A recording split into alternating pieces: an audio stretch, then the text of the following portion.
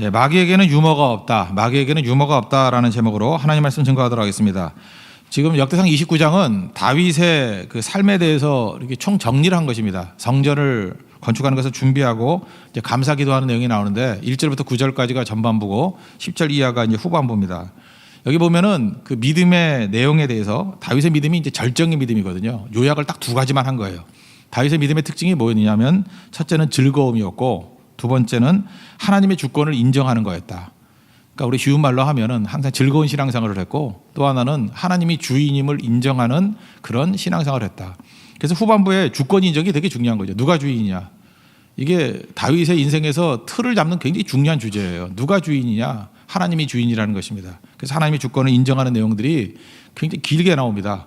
그래서 10절 이하는 하나님의 주권을 인정하는 것. 이게 신앙의 본질이고 또 언제나 즐거움 가지고 나아가는 모습이 있어야 된다는 것입니다. 첫 번째는 즐거움이 있는 믿음. 이게 절정의 믿음입니다. 우리도 이런 믿음이 있어야 되고 우리 교회도 이래야 된다고 생각을 합니다. 여기 보니까 내가 진짜 신앙생활을 하는 걸 알 수 있는 길이 뭐냐. 기쁨이 있느냐 없느냐예요. 기쁨이 있으면 진짜고 기쁨이 없으면은 그게 뭐 가짜일 가능성이 크죠. 환난 중에도 즐거워하는 겁니다. 왜요? 우리 주님 바라보기 때문에 항상 기쁨이 있습니다. 성령이 우리 가운데 임하실 때 나타나는 현상, 기쁨을 준다라는 것입니다. 그래서 신앙은 두 가지 컬러가 있죠. 두려워서 억지로 끌려가서 하는 신앙생활이 있고 즐거운 마음으로 헌신하는 신앙생활이 있다. 그래서 기뻐야 됩니다. 그래서 어떤 교회를 딱 가봐가지고 이 교회가 살아있는 교회인지 아닌지 뭘 보면 알죠? 기쁨이 있느냐 없느냐. 그래서 옥중서신이라고 말하는 빌립보서에도 기뻐하라 10번 이상 나오잖아요. 기쁨이 진정한 신앙의 본질이라는 것입니다. 그 영성도 어두운 영성이 있고 밝은 영성이 있습니다. 근데 다윗을 보세요. 밝은 영성이잖아요. 사울을 보세요. 어두운 영성이잖아요. 골리앗이 나타났습니다. 두려워서 어두워지죠. 말도 못하고 도망치잖아요. 근데 다윗을 보면 밝은 영성 아닙니까? 그래서 꼭 이런 것 같이 보이죠. 골리앗이 센 놈이 나오는데 마치 저거 아무것도 아니다라고 찬송하잖아요. 그죠? 너는 칼과 단창으로 나오지만 나는 만군의 여호와 이름으로 나아간다. 또 성경에는 없는 얘기지만 어떤 사람은 그러잖아요. 왜 이렇게 기뻐했냐면은 골리앗이 크니까 맞추기 편하겠네. 이런 마음으로. 그죠? 맞추기 편하겠네. 이게 긍정적인 마음이죠. 믿음의 마음이죠. 그래서 다윗은 항상 밝아요. 근데 사울은 모든 걸 다 갖고도 항상 어둡습니다. 왜요? 시기심으로 어둡고 질투로 어둡고 두려움으로 어둡고 남들의 시선 때문에 어둡고 그럴 이유가 하나도 없거든요. 근데 우리가 사울같이 사는 사람이 있다니까요. 건강도 있고 돈도 있고 권력도 있고 다 있는데 어두워요. 그게 바른 신앙이 아니기 때문에 그렇다는 것입니다. 근데 아무것도 없는데 즐거운 사람이 있죠. 아무것도 없는데 기쁜 사람이 있죠. 그게 진짜라는 것입니다. 그래서 다윗과 모든 백성들은 즐거워했다. 그래서 다윗이 왕일 때 이스라엘의 특징은 뭐냐? 즐거움이 있었다라는 거예요. 그래서 이게 즐거움 확산을 얘기합니다. 왕이 즐거웠고 또 지도자들이 즐거웠고 온 백성이 즐거웠다. 그래서 자원하는 마음, 즐거이 이런 것들이 7, 8번 나와요. 그 첫 번째 왕 자체가 이제 즐거웠던 거죠. 2절을 보니까 내가 이미 내 하나님의 성전을 위하여 힘을 다하여 준비했다. 그런데 어떻게 준비했냐? 3절 보니까 성전을 사모하는 마음으로 내 사유한 금은 다 드렸다라는 거죠. 여러분 사모하는 마음, 사랑할 때는 헌신이 고달프지 않습니다. 사랑하면서 하는데 뭐가 힘들겠어요? 그러니까 문제는 일이 힘든 게 아니에요. 사모하는 마음 없고 사랑하는 마음이 없기 때문에 그렇습니다. 사랑하는 사람에게는 기쁘게 헌신하잖아요. 아무리 모자란 사람들도요, 자기 자식에게 해주는 건 되게 기뻐하더라고. 자식은 사랑하니까. 그러니까 이렇게 생각하면 돼요. 자식 사랑하지 말라는 얘기가 아니라 자식 사랑할 때 막 기쁨으로 하잖아요. 그거 같이 다른 사람에게도 그렇게 하라고요. 못하는 게 아니잖아요. 있잖아요, 그게. 그런데 그게 안 되는 이유가 뭐죠? 사랑이 안 되는 거죠. 그럼 자기가 증명하고 있는 거 아니에요? 난 사랑이 없는 사람이라고. 나는 기껏해야 내 사랑의 범위는 나 자신이나 내 자식 새끼 이상 넘어가지 못한다. 그러니까 나는 좁은 인간이다. 그런 얘기하고 똑같은 거 아니에요. 하나님께서 우리에게 보여주신 좋은 것이 있으면 그걸 카피하는 거예요. 확산시키는 거예요. 그게 기쁨입니다. 그래서 기쁨은 어찌 보면 사랑이다 이렇게 말할 수 있다는 것입니다. 그래서 다윗이 하나님을 사랑했잖아요. 하나님이 사랑하니까 기쁨이 있는 거죠.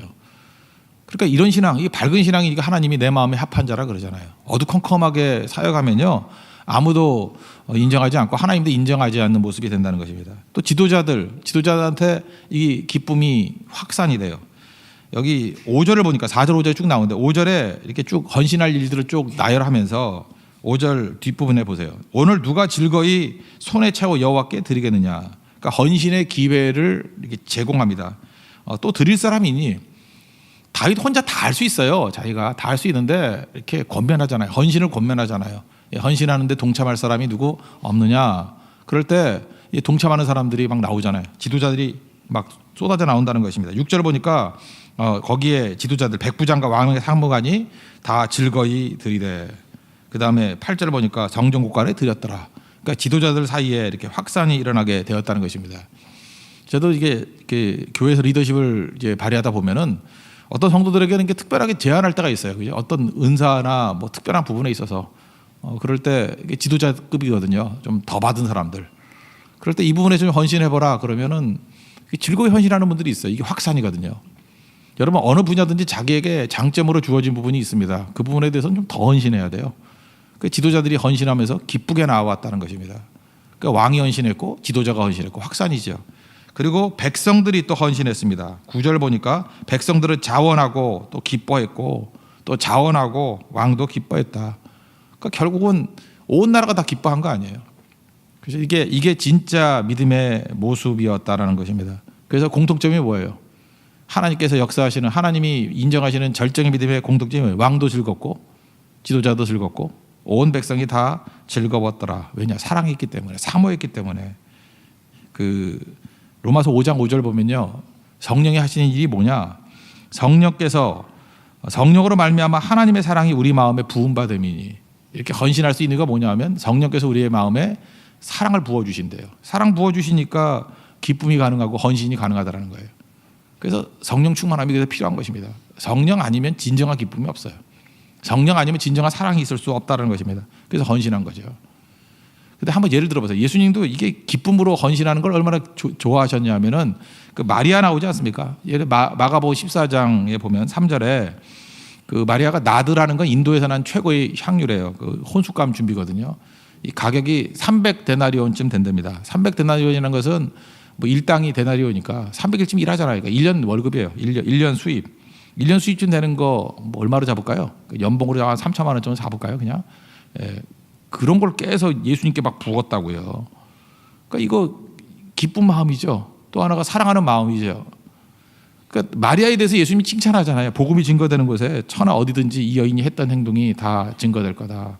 그리고 예수님이 내 장사, 내 십자가 지는 거를 기념하기 위해서 한 거다. 뭐 나쁜 얘기 하나도 없습니다. 잘했다는 거죠.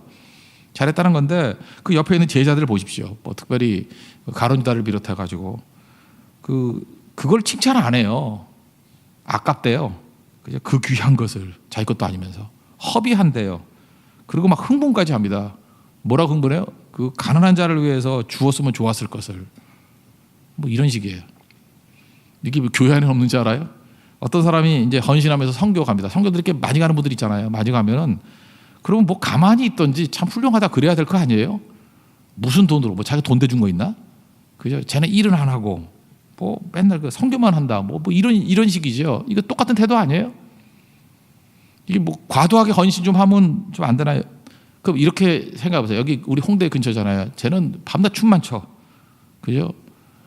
그런 집 아들은 이제 밤새도록 게임만 할 거라고 그죠? 한 달 동안 방에 들어가서 나오지도 않아.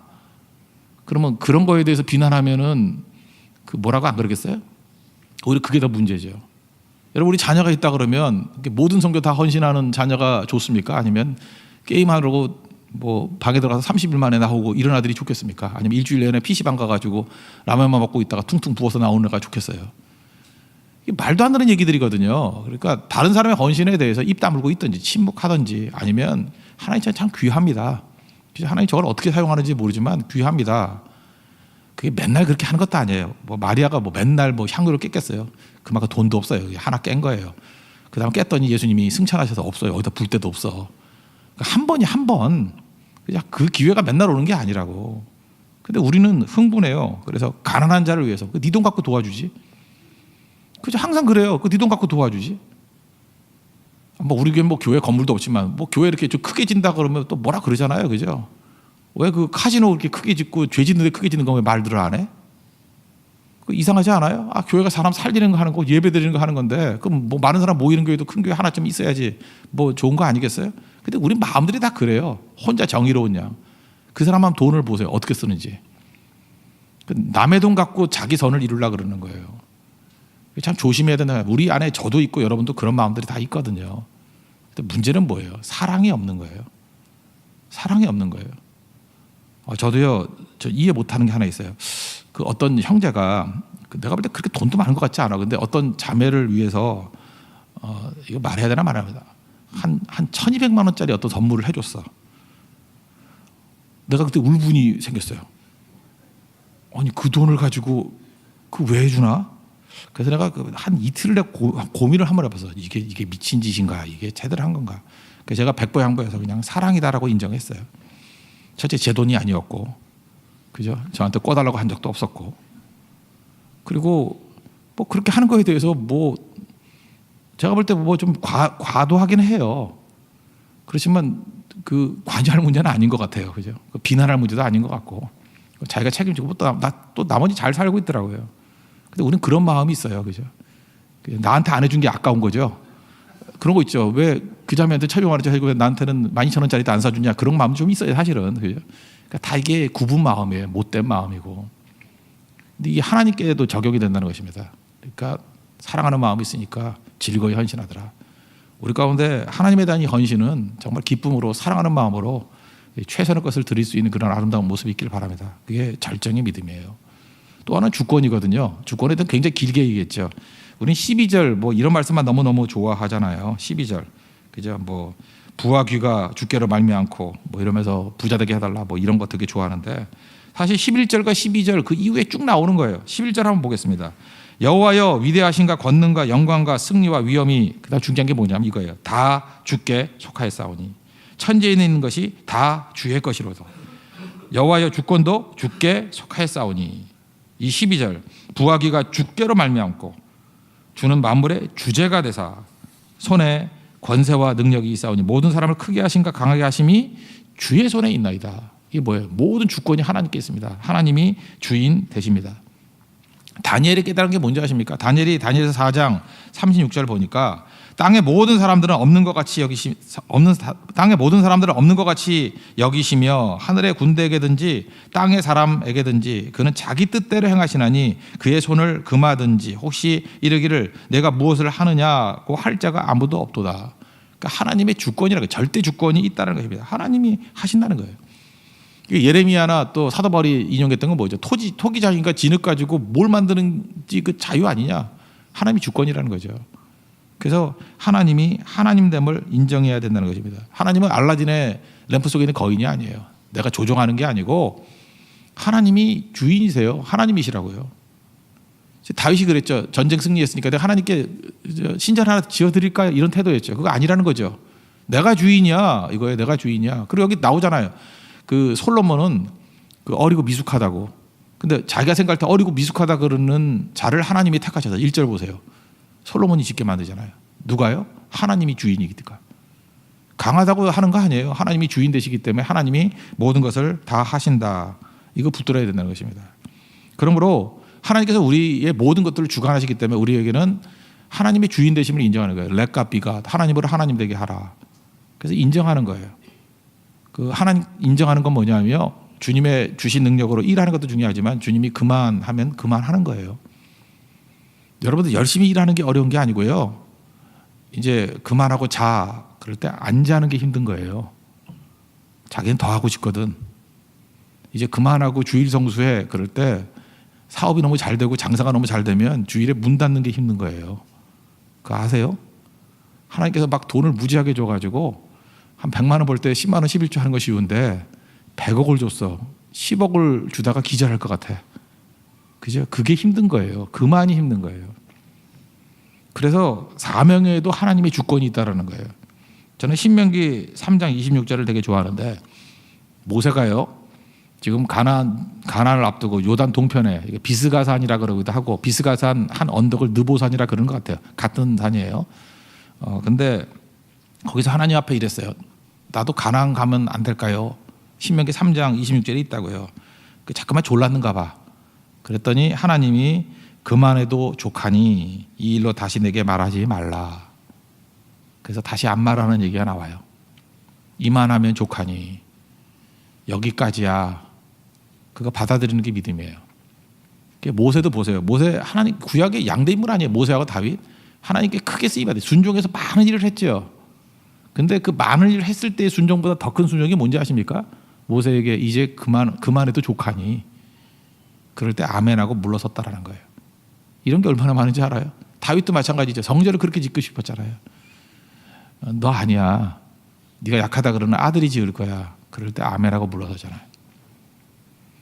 바울도 그렇지 않습니까? 바울도 뭐 육체에 가시가 있다 그래서 주님이 영광교에서 뭐 일하려고 없애달라는 거 아니에요. 육체의 가시를 좀 제거해달라 그랬더니 내 은혜가 내게 족하다. 한가 족하다. 이제 끝났다는 거잖아요. 내 주권이다. 그냥 그렇게 약한 대로 일해. 그래도 능력이 충분히 임해. 그거 받아들이는 거예요. 여러분 신앙생활 할 때 문제가 뭐냐 하면요. 일하라 그럴 때 충성 다 해요. 근데 지금 물러나야 될 때고 이제는 자제해야 될 때고 이제는 동역해야 될 때고 이제는 후손들이 해야 될 때고 그때 그 못 놓는 거예요. 아까 목사님들도 못 놓고 그러잖아요. 뭐 목사님만 그래요. 뭐 집사님들도 못 놓잖아요. 한번 쥔 거.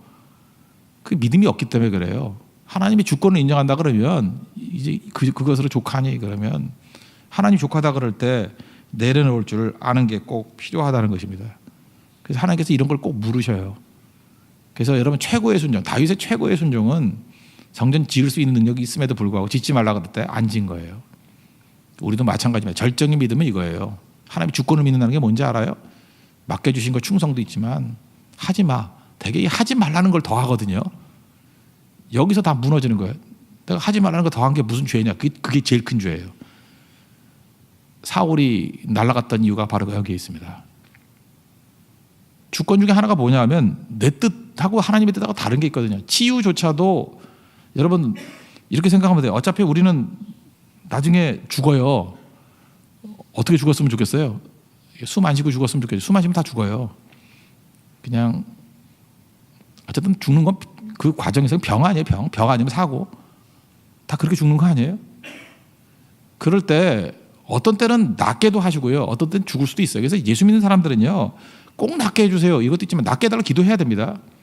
근데 건강 주시면 충성하는 거고 안 주시면 천국이잖아요.